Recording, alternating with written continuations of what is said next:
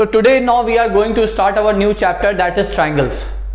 Triangles chapter में बच्चों 9th में भी आप लोगों ने ये चैप्टर पढ़ा था और 9th में आप लोगों ने प्राइमरली वहां पे कॉन्ग्रुएंट ट्राइंगल्स पढ़े थे। यहाँ पे भी 10th क्लास में भी ये चैप्टर आपके सामने है और यहाँ पे आप लोग यहाँ पे इसे सिमिलर ट्राइंगल्स की तरह से देखेंगे। तो let us start this chapter and to start with will be defining the term similar shapes. तो दो ज्योमेट्रिकल शेप्स, कोई भी दो ज्योमेट्रिकल शेप्स आपके सिमिलर कहलाते हैं। So two geometrical shapes are called similar if they have same shape but may not have same size. तो कोई भी कैसे भी 2 डायमेंशनल या 3 डायमेंशनल आपके जो ज्योमेट्रिकल शेप्स हैं वो सिमिलर कहलाएंगे अगर उनका शेप सेम है, साइज डिफरेंट हो सकता है। क्योंकि अगर साइज भी सेम हो जाएगा तो आप ये याद रखिए कि तब ट्रायंगल्स या वो दो ज्योमेट्रिकल शेप्स हैं वो कॉन्ग्रुएंट कहलाएंगे। तो कॉन्ग्रुएंसी की डेफिनेशन क्या है बच्चों? तो 2 ज्योमेट्रिकल शेप्स या 2 geometrical objects are called congruent if they have same shape and same size. For example देखिए, पहले सिमिलरिटी पे देखते हैं। तो जैसे हमने कहा 2 सर्कल्स आर ऑलवेज सिमिलर। तो 2 सर्कल्स आपके कैसे भी साइज के रहें, ठीक है, वो हमेशा आपके सिमिलर रहेंगे। फॉर एग्जाम्पल एक हमने सर्कल यहां पे ये बना लिया, ठीक है, और एक सर्कल हमने यहां पे मान लीजिए ये बना दिया। तो no obviously you can see here that they have same shape, दोनों का शेप सर्कुलर है, साइज डिफरेंट है। So these 2 circles are called similar. But अगर हम इनका साइज भी सेम कर देते तो they will become your congruent circles, ठीक है। सिमिलरली 2 स्फीयर्स, तो अगर अब हम स्फीयर्स की बात करें तो स्फीयर्स में भी फॉर एग्जांपल अगर हम यहां पे बनाएं तो मान लीजिए ये आपका एक स्फीयर हो गया, ठीक है। Now if I come to the another one, तो अब हमने यहां पे इसके बगल में एक छोटा सा स्फीयर और बना दिया। तो now these 2 shapes both are of the same shape. आपके पास 2 बॉल हैं, एक फुटबॉल है, एक आपकी टेनिस बॉल है, तो दोनों का शेप तो सेम ही है ना बच्चों। तो they are similar because they have same shape but size में भी डिफरेंट। तो यहां पे 2 स्फीयर्स हैं, दोनों की साइज अलग है, शेप सेम है, तो दे आर सिमिलर। तो लाइकवाइज इसी तरह से 2 डाइस, आप जब लूडो खेलते हैं तो जो डाइस हैं दे आर क्यूबिकल शेप। तो 2 cubes are always similar but 2 cubes of equal size will be called congruent। तो शेप के साथ साथ अगर साइज भी इक्वल हो जाएगा तो फिर आपके वो जो ऑब्जेक्ट्स हैं they will be called congruent, ठीक है। so that is the definition for similarity of any 2 objects, है ना, कि जब बस सिमिलरिटी का क्राइटेरिया सिंपल है कि शेप जो है वो एक ही होना चाहिए। so now let us define our similar polygons। तो देखिए डेफिनेशन यहाँ पे सिमिलर पॉलीगन्स की ये है कि कोई भी 2 polygon given they have equal number of sides. So any 2 polygons having equal number of sides. तो देखिए ये ऑब्वियस है, जब हम सिमिलरिटी की बात करते हैं तो ऑब्जेक्ट सिमिलर तभी हैं as we know when they have same shape. तो ऑब्वियसली 5 साइडेड पॉलीगन कभी 4 साइडेड पॉलीगन के सिमिलर हो ही नहीं सकता because they distinctly they have different shape. वहां पे देखते ही आप बता दोगे ये तो शेप अलग अलग है। तो 2 पॉलीगन्स की सिमिलरिटी का पहली रिक्वायरमेंट ये है कि उनके number of sides, number of vertices, number of edges सब कुछ सेम होने चाहिए। तो they will be similar if now see these are 2 criteria here, their corresponding angles are equal। उनके जो corresponding angles हैं वो equal होने चाहिए and mind this word, this is and here, and मतलब उसी के साथ साथ जो उनके करस्पॉन्डिंग साइड्स का रेशियो है वो थ्रू आउट सेम होना चाहिए। जैसे यहाँ पे एक एग्जांपल है, उसमें आपके सामने ये आपका एक पॉलीगन 2 बने हुए हैं। So if I claim that these 2 polygons are similar, तो करस्पॉन्डिंग एंगल मतलब ये जो एंगल है ये इसके इक्वल होना चाहिए, ये जो एंगल है ये इसके इक्वल होना चाहिए, ये this angle has to be and likewise. तो all corresponding angles have to be equal and the ratio of corresponding sides, meaning thereby this upon this has to be equal to the base, this upon your base here which is this is equal to this base upon this and like that, ठीक है। तो ये and statement है, ये याद रखिएगा। तो किसी भी पॉलीगन के लिए अगर उन्हें सिमिलर होना है तो उनके करस्पॉन्डिंग साइड्स को इक्वल होना होगा और करस्पॉन्डिंग साइड्स के रेशियो को, करस्पॉन्डिंग एंगल्स को करस्पॉन्डिंग एंगल्स को इक्वल होना होगा और करस्पॉन्डिंग साइड्स के रेशियो को इक्वल होना होगा, ठीक है। So that's the definition for similar polygons है। तो ये सिमिलर पॉलीगन्स की बच्चों डेफिनेशन हो गई। अब देखिए क्वेश्चन है यहाँ पे that in the given figure given shapes are similar then find the length of unknown side. तो since they are given to be similar, ठीक है, so we know that the ratio of corresponding side, तो 5 centimetre के corresponding यहाँ 15 centimetre है, तो 5/15 must be equal to the ratio of the other pair of corresponding side which is 3 and this is x, so that is equal to 3/x here, ठीक है। तो बस अब आप इसे यहाँ पे सॉल्व कर देंगे। सो 5/15 इज इक्वल टू 3/x, तो ये 3 हो गया और क्रॉस मल्टीप्लाई किया तो x आ गया आपका 9 centimetre. So this is how you can use definition of similarity of two polygons, ठीक है। तो एक बहुत छोटा सा example which was based on this definition of similar polygons बच्चों, ठीक है। Now let us come to the basic topic of this class and this lecture and that is similar triangles. तो हमारा जो कंसर्न है इस क्लास में 10th class में और इस चैप्टर में that is regarding our similar triangles. So now let us define that how and when do we say that two triangles are similar. A bit of difference is there, छोटा सा एक difference है when we compare this definition of similarity of triangles with the definition of similarity of any other polygon, ठीक है। 3 side polygon के लिए आपको वहां पे आपने ध्यान दिया होगा, वहां पे ऑड स्टेटमेंट था, एंड स्टेटमेंट था, यहां पे ये स्टेटमेंट और है। So what does the definition tells us? Definition says that two triangles are said to be similar if either their corresponding angles are equal और the ratio of their corresponding sides is same throughout.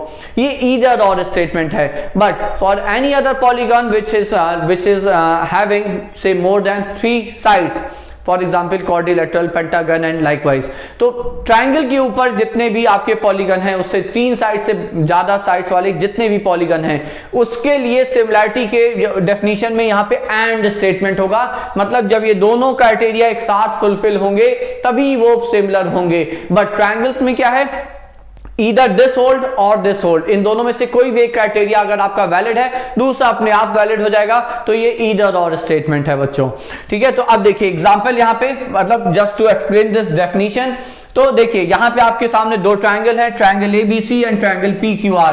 Now if angle A, the corresponding angles, angle A is equal to angle P or maybe angle B is equal to angle Q, and if two set of angles are equal तो angle R is equal to angle C, तो तीसरा अपने आप equal हो ही जाएगा। तो if 3 pair of corresponding angles are equal, then we may say that triangle ABC, so we may say that triangle ABC is similar to triangle PQR here। तब हम यहां पे कह सकते हैं कि ये इसके बाद ही ट्रायंगल आपके सिमिलर हो गए। सिमिलैरिटी जब आप लिखते हैं दो ट्रायंगल की तो you have to be very careful like you used to be in 9th class, मतलब करस्पॉन्डिंग पार्ट्स एक साथ एक प्लेस पे दिखने चाहिए। अगर ए का करस्पॉन्डिंग एंगल जो इक्वल है वो पी है तो यहां पे ए की पोजीशन के साथ आपको पी यहां पे आना चाहिए। अगर बी के इक्वल एंगल क्यू है तो बी की पोजीशन के साथ क्यू आना चाहिए और सी की पोजीशन के साथ यहां पे आर आना चाहिए। So while you are writing like two triangles are similar, you have to be very careful। तो उनके corresponding pairs हैं, एंगल्स हैं या साइड्स हैं, वो आपको अपनी करस्पॉन्डिंग पोजीशन पे ही दोनों जगह दिखने चाहिए। तो या ये हो या और the ratio of corresponding sides meaning thereby AB is to PQ, तो AB is to PQ is equal to BC is to QR is equal to AC is to PR। तो 3 पेयर ऑफ करस्पॉन्डिंग साइड्स हैं, अगर उनका ratio through out same रहेगा तो भी हम यही कहेंगे then also we this is implied that triangle ABC is similar to triangle PQR। तो अगर दो ट्रायंगल को सिमिलर होना है बच्चों तो या आप एंगल मतलब करस्पॉन्डिंग सेट ऑफ एंगल्स की इक्वालिटी से कह दोगे कि ट्रायंगल्स आर सिमिलर, या करस्पॉन्डिंग पेयर जो रेशियो है साइड्स का उसकी इक्वालिटी से आप कह दोगे that the two triangles given triangles are similar. So this is how we define similarity of two triangles. तो ये हो गया आपकी सिमिलैरिटी की कंडीशन। अब देखिए इसका वाइस वर्सा भी ट्रू है। वाइस कन्वर्स जो स्टेटमेंट है, मतलब क्या हुआ, कन्वर्स स्टेटमेंट का मतलब ये हुआ कि अगर ट्रायंगल सिमिलर हैं, see what there what we said कि अगर ये कंडीशन है तो ट्रायंगल आपके सिमिलर होंगे। अब हमने क्या कहा कि अगर ट्रायंगल सिमिलर है, so if we claim that triangle ABC and triangle PQR are similar, if we claim this, तो अगर हम यहां पे कह दें कि ये जो दो ट्रायंगल हैं आपके ये सिमिलर हैं, so that's the symbol for similarity. ये जो आपका लहराता हुआ सिंबल है ये आपका सिमिलैरिटी का सिंबल है बच्चों। So if we claim that triangle ABC is similar to triangle PQR, then आप क्या कह सकते हो, आप कह सकते हो उनके करस्पॉन्डिंग एंगल्स इक्वल होंगे। तो angle A is equal to angle P होगा, angle B is equal to angle Q होगा और angle R is equal to angle यहां पे C होगा। ठीक है, एंड यहां पे देखिएगा कि दोनों एक साथ क्राइटेरिया एक साथ ट्रू हो जाएंगे क्योंकि ट्रायंगल सिमिलर है। तो ये हो जाए तो भी ट्रायंगल सिमिलर होता और ये हो जाए तो भी ट्रायंगल सिमिलर होता। और उल्टा क्या है, अगर ट्रायंगल सिमिलर है तो ये भी होगा ट्रू और ये भी ट्रू होगा। मतलब दूसरा क्या है कि अगर दो ट्रायंगल सिमिलर हैं तो उनके करस्पॉन्डिंग साइड्स का रेशियो भी इक्वल होगा। तो AB upon PQ is equal to BC upon QR is equal to AC upon PR.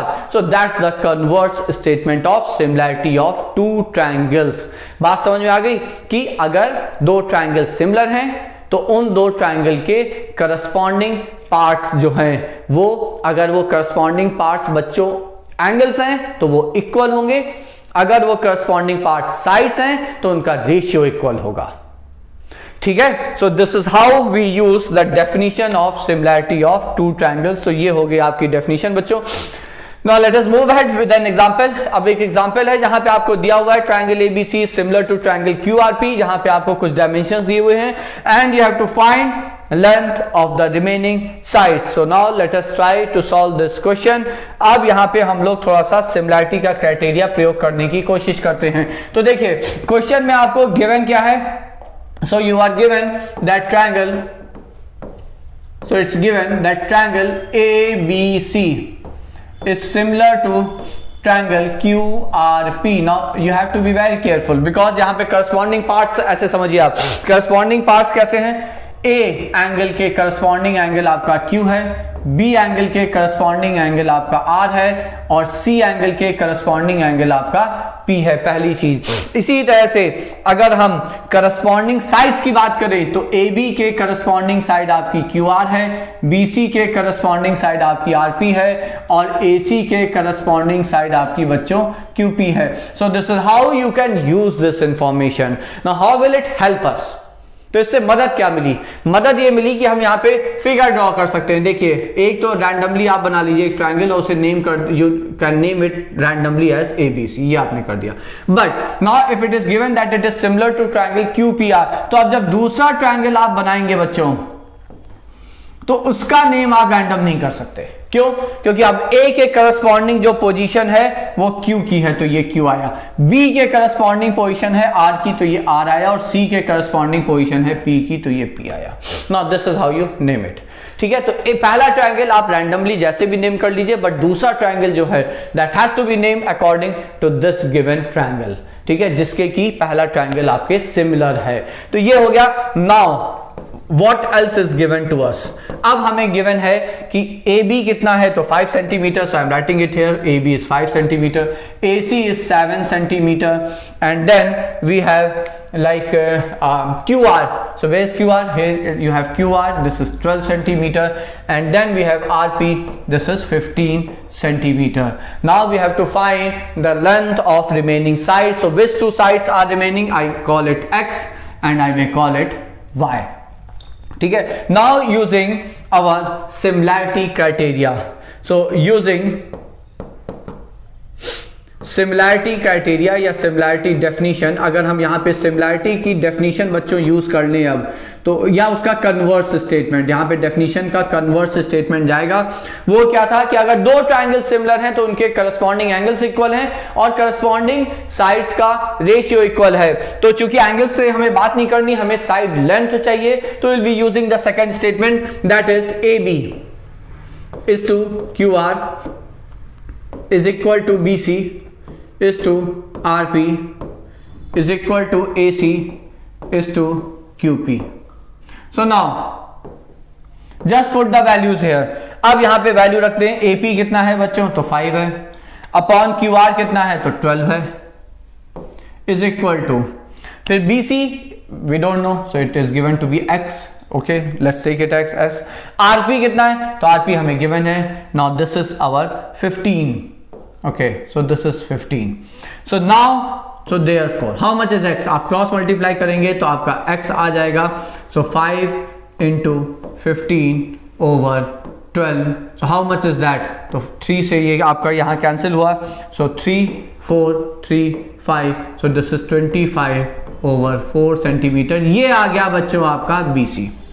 And बिल्कुल वैसे ही अब अगर हम यहाँ पे y के लिए बात करें तो फिर अब हम यहाँ पे AC अपॉन QP को यूज कर लेंगे। ठीक है, तो AB अपॉन QR, तो this is your 5/12 is equal to AC which is 7 and then we have QP which is y. Okay, so y is how much, तो y क्रॉस मल्टीप्लाई किया तो 12 into 7 which is our 84 over 5 centimetre, and that's your the another unknown side, its length. ठीक है, तो this is how you can use definition of similar triangle or the converse of its statement to get the unknown things in the given figure in the given question. ठीक है, तो बहुत ही basic सा question है बच्चों, आप just to explain you how to use similarity. ठीक है, अगर दो ट्रायंगल आपके सिमिलर गिवन है तो उसे यूज कैसे करना है, यहां पे ये इस क्वेश्चन का सिर्फ इतना ही पर्पस था। So that's it. So now we have defined similar polygons, we have defined the similarity of two geometrical shapes and also we have defined the similarity of triangles. Now let us start with the first theorem of this chapter and the very important theorem that is basic proportionality theorem. बहुत important theorem है बच्चों basic proportionality theorem. Reason ये है कि इसी पे based आप expect कर सकते हैं क्वेश्चन अपने आप क्या कहते हैं अपने एग्जाम में। You can always expect a question based on this theorem in your exam, either in your school exam or may be even in your board exams. तो काफी इंपॉर्टेंट थ्योरम है। मोर ओवर जब आप ये theorem समझेंगे, जानेंगे, अगर connect कर पाएंगे तो you can easily connect it with mid point theorem of class 9। Mid point theorem जो आपने पढ़ी है बच्चों वो इसका स्पेशल केस है। ठीक है, तो अगर आप कनेक्ट कर पाओगे तो आप जानोगे कि वो इसका स्पेशल केस है। So let's start. तो देखिए यहां पे if a line is drawn parallel to one side of the triangle, अगर किसी ट्रायंगल के लिए, ठीक है, तो अब यहां पे फिगर में आपके सामने एक ट्रायंगल है ABC। अब if a line is drawn and this is the line PQ which is drawn parallel to AB here, ठीक है, तो look at this figure, PQ line is drawn parallel to AB here. So if a line in a triangle is drawn parallel to one side of the triangle, then it divides the other two sides in the same ratio. Now what does that mean? That simply mean, तो देखिए ये जो line है इसने AC को point P पे divide किया, BC को पॉइंट Q पे डिवाइड किया। तो AC जो लेंथ है ये दो पार्ट में डिवाइड हो गया, AP और PC। BC जो साइड लेंथ है वो डिवाइड हुआ BQ और QC में। तो स्टेटमेंट ये कहता है कि अगर ये PQ एक साइड AB के पैरेलल है तो ratio in which these two remaining sides are divided is always equal। मतलब AP upon PC is equal to BQ upon QC। और आपको यहां याद रखना है कि ये ऑर्डर आपको ध्यान रखना है। मतलब अगर आपने पहले केस में, पहले साइड के केस में जो आपने जो रेशियो लिखा वो अगर इस एंड से लिखा AP से, मतलब A से और C तक ले गए, तो दूसरे साइड में भी आप अपोजिट एंड से शुरू करेंगे। मतलब आप ऐसा नहीं लिख सकते कि AP अपॉन PC लिख दिया और इधर लिख दिया आपने CQ अपॉन BQ, वो गलत हो जाएगा। ठीक है, तो एक ही तरीके से दोनों के लिए आपको वो रेशियो लिखना है। So this is your simple basic proportionality theorem, जिसको कि हम लोग कई बार थेल्स थ्योरम भी कहते हैं बच्चों। ठीक है, तो ये आपका बेसिक प्रोपोर्शनैलिटी थ्योरम है। If you wish I can explain it again, एक बार हम आपको यहाँ पे एक बार और एक्सप्लेन कर सकते हैं एक नया फिगर बना के, maybe if I try to get a shape here. तो चलिए, मान लिया हमने ये शेप ले लिया, ये एक ट्रायंगल हो गया आपका, ये एक ट्रायंगल हो गया। Now if I draw a line parallel to one side of the triangle, तो ये एक लाइन है जो कि हमने इस साइड के पैरेलल ड्रॉ की, और ये है हमारा ट्रायंगल ABC। ठीक है, और ये इस बाकी दो साइड्स को x और y पे डिवाइड कर रहा है।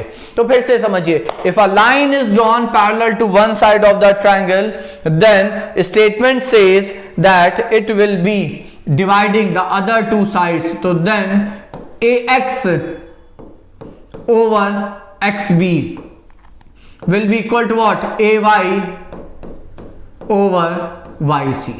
ठीक है, so this is how you can use your basic proportionality theorem. ये है इसका यूज। तो दो डिफरेंट फिगर से हमने आपको यहाँ पे ये आपकी थ्योरम एक्सप्लेन कर दी है बच्चों, काफी इंपॉर्टेंट है। अगर एक बार जरूरत पड़े तो आप एक बार इसको वापस से यहाँ पे रिव्यू कर सकते हैं। So that's it. Now let us come to its like converse statement. Converse statement भी बहुत इंपॉर्टेंट है यहाँ पे। कन्वर्स स्टेटमेंट देखिए क्या कहता है कि कन्वर्स स्टेटमेंट ये कहता है कि if there is a line which divides two sides of a triangle in the same ratio.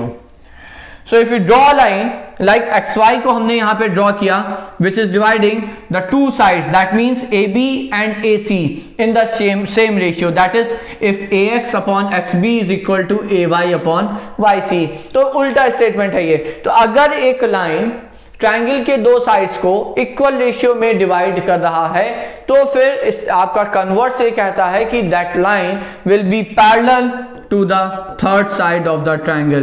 तो ये जो लाइन है ये ट्रायंगल के तीसरे साइड के पैरेलल होगी। Again a quite an important statement. फिर से यहाँ पे एक और फिगर बना के प्रयास करते हैं इसे समझाने का। मान लीजिए एक ट्रायंगल हमने यहाँ पे इस तरह से बना लिया। So let's say this is a triangle here. Now if I draw a line that divides the two sides, तो मान लीजिए हमने इसे लिखा P Q R and this is your point S where it divides PR and this is point T where it divides QR. ठीक है, now this statement says if PS over SR is equal to QT over TR, then this statement tells us that ST will be parallel to PQ।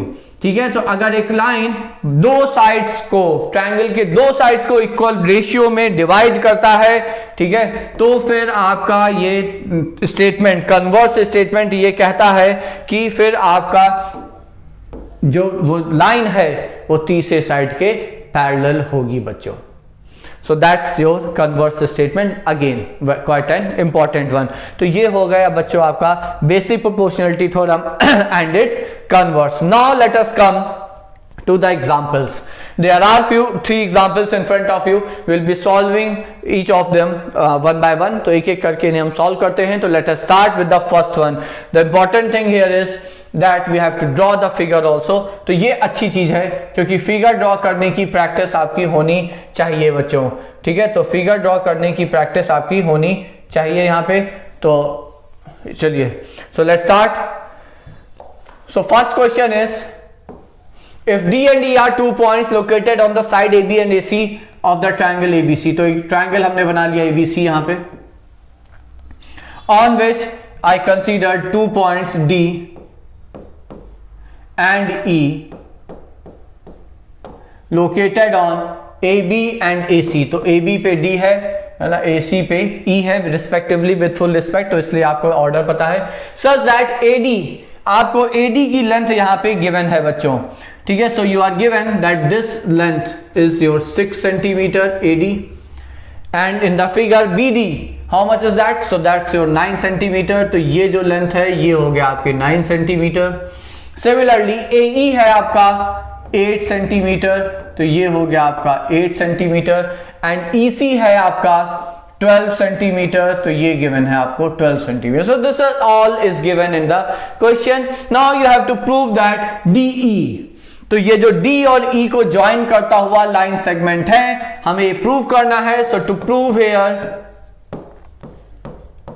That DE is parallel to your side BC, कि DE आपका BC के parallel है. तो देखिए, अगर किसी triangle में आपको एक लाइन एक साइड के इक्वल प्रूव करनी है, तो converse of basic proportionality theorem is the only way out. एकमात्र तरीका आपके लिए वही है बच्चों. ठीक है, तो आप कन्वर्स की याद करेंगे तो कन्वर्स स्टेटमेंट आपको क्या बताता है? कन्वर्स स्टेटमेंट ये कहता है कि if AD is to BD is equal to AE is to EC, then अगर ऐसा है then DE is parallel to BC, तो that's your converse statement. So let us check it out. तो अब हम लोग जो है इसे चेक करते हैं कि ये सही है कि नहीं है, मतलब whether this thing holds or not. Now here in our question AD, how much is AD? So this is 6 over BD which is 9 is equal to AE कितना है बच्चों? तो 8 and this is your 12, तो 8/12. अब आप ratio अगर देख रहे हैं तो 3 से ये कैंसिल हो रहा है, तो 3 2 जा, 3 3 जा and 4 2 जा, 4 3 जा. So that means the ratio is equal, so 2/3 is equal to 2/3. So the ratio, this statement holds true, hence by the converse of theorem, so by converse of BPT, basic proportionality theorem, we can say that DE is parallel to the third side which is BC. Quite an important one. ठीक है, तो ये है एक छोटा सा question just to understand how to apply basic proportionality theorem or its converse. तो ये तीनों क्वेश्चन उसी डायरेक्शन में है बच्चों, है ना, कि हम कैसे BPT या उसका कन्वर्स को अप्लाई कर सकते हैं. तो आई होप आप लोगों को समझ में यहाँ पे आ गया होगा. So that was your first example. Now let us move to the next one. Second example पे आते हैं. तो सेकंड एग्जांपल क्या है? So the second one is D and E again are situated on two sides AB and AC. तो देखिए बिल्कुल वैसा ही है क्वेश्चन. AB और AC, तो एक ट्रायंगल हमने बड़ा सा बना लिया यहाँ पे. So that's your triangle ABC. Okay, so this is your vertex A, this is your vertex B, this is our vertex C. D and E are situated, so let's say this is D and this is our E, such that DE is parallel to BC.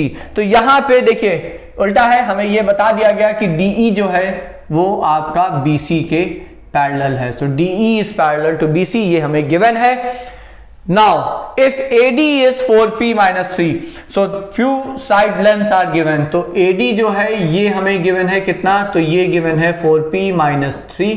Okay, and then we have AE. So where is AE? So that is 8p minus 7. तो ये जो length है बच्चों ये आपको given है 8p minus 7. Okay, fine. And along with that BD is also given to be 3p minus 1. तो BD आपको गिवन है, तो ये है आपका 3p minus 1. And then you are given EC. EC is given to be as 5p minus 3. तो ये सारी इंफॉर्मेशन आपको गिवन है. Now how to get the value of P here? हमें अल्टीमेटली यहाँ P की वैल्यू चाहिए. Now again we will say using basic proportionality theorem. So the first question was based on the converse of this statement. This second question is based directly on this theorem. Now what does it tells us? This theorem tells us that if DE, a line, is drawn parallel to one side of the triangle, जो कि है यहाँ पे, then it says कि it divides the other two sides. That means AD is to DB is equal to your AE is to EC. तो ये आपको बच्चों यहां से पता चल रहा है इस थ्योरम से. सो दैट्स इट, बस इतने से ही आपका क्वेश्चन हो जाना है. So now you will say since D is parallel to BC, तो AD upon DB, तो let's write this. तो 4p minus 3 over DB which is 3p minus 1 is equal to, and then AE which is 8p minus 7 over 5p minus 3. Now just solve it, cross multiply करिए, solve करिए and you will get the value of p here. p की value यहां से आ जाएगी। So let us try to solve it finally. तो जब आप इसको इससे मल्टीप्लाई करेंगे और इसको इससे मल्टीप्लाई करेंगे, तो I am doing it directly. 5p into 4p हो गया आपका 20p square, minus 15p minus 12p, तो ये हो गया minus 27p, plus 9 is equal to this into this is 24p square, then here again minus 21 minus 8 is minus 29p, and then this is plus 7. So simplify it, आपकी ये quadratic बन रही है, तो ये हो जाएगा आपका 4p स्क्वायर, ओके, माइनस 29 इधर गया तो ये हो गया माइनस 2p, फाइन इनफ, ये हो गया minus 2p, and then plus 7 और ये हो गया माइनस 2 इक्वल टू 0। ठीक है, 2 हटा के कॉमन ले लिया, तो अब आपका ये आ जाएगा। So now so this imply 2p square minus p minus 1 equal to 0। Applying middle term split method, तो यहां पे मिडिल टर्म स्प्लिट लगा देंगे, तो 2p square minus 2p plus p minus 1 equal to 0, और फिर जब आप कॉमन लेंगे तो 2p पहले से कॉमन आया, p माइनस 1 तो एक आ गया आपका। अब आप फैक्टराइज कर ही लोगे बच्चों, p minus 1 into 2p plus 1, ये आ गए इसके दो factor equal to 0। So what are the values of p in that case? So therefore अब आप p की वैल्यूज क्या है, ये फैक्टर 0, पहला फैक्टर 0 के इक्वल करोगे तो आ गया p हो गया 1 आपका, ठीक है, या आप कहोगे दूसरा फैक्टर 0 है तो p आ गया आपका minus half. So these are 2 possible values of p। तो p की जो 2 पॉसिबल वैल्यूज आई बच्चों, वो एक आया आपका 1 और दूसरा आया आपका minus half. So these are the 2 possible values of p. तो a direct question based on basic proportionality theorem, basic proportionality theorem पे आपका ये direct question था बच्चों, ठीक है। So we have seen 2 questions, one based on the converse of BPT and the other one based on the BPT itself. Now let us move to the third question. Third question है जहाँ पे आपको in the given figure D and E are 2 points on the side AB such that AD is equal to BE, ये आपको given है। Moreover it is given that AD rather DP is parallel to BC and your EQ, where is EQ? So this is your EQ which is parallel to AC. So that's all you are given in this question, and what you need to prove is कि PQ is parallel to AB. तो seems to be a good question है ना, काफी अच्छा question दिख रहा है। Let's try it. तो उससे पहले let us try to draw a figure here. एक फिगर बनाने का वापस एक प्रयास करते हैं। तो मान लीजिए एक ट्रायंगल आपको ये दिया हुआ है, तो ये एक ट्रायंगल है आपका ABC. So let me name it. So that's your triangle ABC.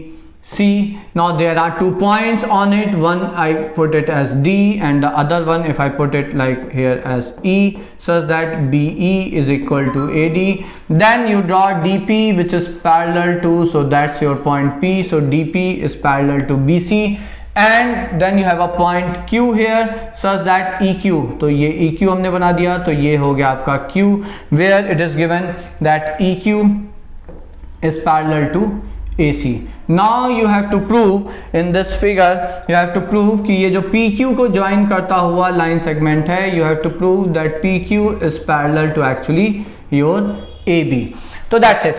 तो देखिए यहाँ पे अब आप पहले देखें कि BPT का जो आपका स्टेटमेंट है वो कैसे लगाना है। आपको देखिए इंफॉर्मेशन जो गिवन है उसको यूज करना है। तो DP is parallel to BC, तो अगर हम यहाँ पे कंसीडर करें, consider triangle ABC where DP is parallel to BC. So one line is drawn parallel to one side of the triangle. Then you may say, so then using BPT you can say that AD upon DB is equal to your AP upon PC. ये हो गया आपका पहला statement. So that's your first statement. Now here you will realize using BPT. तो basic proportionality theorem का बच्चों आप प्रयोग करेंगे, तो ये आ गया आपका पहला statement. Now again consider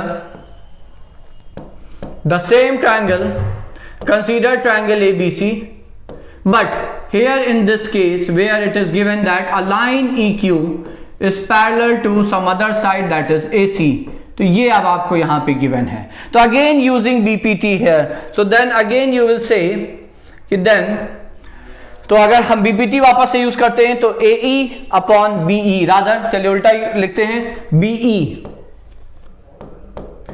upon AE is equal to BQ upon QC. So that's our second. Again I will write here using BPT. तो आप ये यहाँ पे वापस से लिख देंगे using BPT बच्चों, ठीक है. तो ये हो गया. अब यहाँ पे ध्यान से देखिए कि आपको दिया क्या है. हमें यहाँ पे दिया है कि AD और BE इक्वल है, मतलब AD और BE इक्वल हैं बच्चों. Now what about BD and AE? Because अब आप देखिए जो आपको प्रूव करना है कि PQ पैरेलल टू AB, तो अगर PQ, ये बात हमने आपको बताई थी कि जब भी आपको एक लाइन किसी एक साइड के पैरेलल प्रूव करनी हो ट्रायंगल में, आपको कन्वर्स ऑफ बीपीटी यूज होने वाला है. So but how to apply it, तो आप कैसे लगाओगे? अगर हम प्रूव कर दें AP upon PC is equal to BQ upon QC, तो फिर हो गया आपका कि ये जो PQ है ये AB के पैरेलल है. अब आप देखिए यहां पे कि ये जो आपका AP अपॉन PC ये है, BQ अपॉन QC ये है. Now they will be equal if they are equal. अब इनके नाउ इफ यू कंसीडर, देखिएगा AD अपॉन BD फ्रॉम 1, ठीक है, और ये हमें गिवन है AP अपॉन PC. तो ये तो हमारे स्टेटमेंट 1 से है, ठीक है. तो स्टेटमेंट 1 से हम ये चीज यहां पे लिख सकते हैं, ठीक है बच्चों. अब देखिए यहां पे नॉट दैट मीन्स अब AD की जगह हम क्या लिख सकते हैं? AD is equal to BE, चलिए ये लिख लिया. But what about BD? BD और AE इक्वल है क्या? तो देखिए हम BD को क्या लिख सकते हैं बच्चों? BE plus ED. तो हमने BE प्लस ED लिखा. सो this is BE plus ED. Now continue with this. So this is BE upon, now how much is BE? BE आप AD के इक्वल है, तो हमने BE को रिप्लेस कर दिया अपना AD से. तो ये हो गया आपका AD प्लस ED. अब AD और ED कितना है ये देखिए ध्यान से. तो this is BE upon AD plus ED which is AE. और ये देखिए आ गया आपका BE upon AE. So this BE upon AE is equal to AP by PC. But BE upon AP कितना है? This is equal to BQ upon QC from second statement. तो अब यहां से बच्चों आपका प्रूव हो जाता है कि AP upon PC is equal to BQ upon QC. So now if AP upon PC is equal to BQ upon QC, so by converse of BPT, तो अब आप converse of BPT basic proportionality theorem से कह सकते हैं that your PQ is parallel to the third side which is AB and hence proved. So hence you prove this. So good question, a better question. ठीक है. तो देखिए तीन तरह के क्वेश्चन हमने देख लिए. पहला जिसमें डायरेक्ट आपका कन्वर्स स्टेटमेंट लग रहा था, दूसरा जिसमें थ्योरम डायरेक्ट लग रहा था बीपीटी, तीसरा जहां पे आपने दोनों का यूज किया. जो प्रूव करना था वो कन्वर्स से प्रूव हुआ, लेकिन जो गिवन था वो आपका जैसे DP is parallel to BC, तो ये थ्योरम के स्टेटमेंट से आपने इसको यहां पे लिखा, इसी तरह से थ्योरम के स्टेटमेंट को आपने यहां पे लिखा. ठीक है. सो that was your third question. So that completes our basic proportionality theorem and its converse. अब आगे हम लोग देखते हैं बच्चों सिमिलैरिटी के criteria, and then we will see questions based on that part.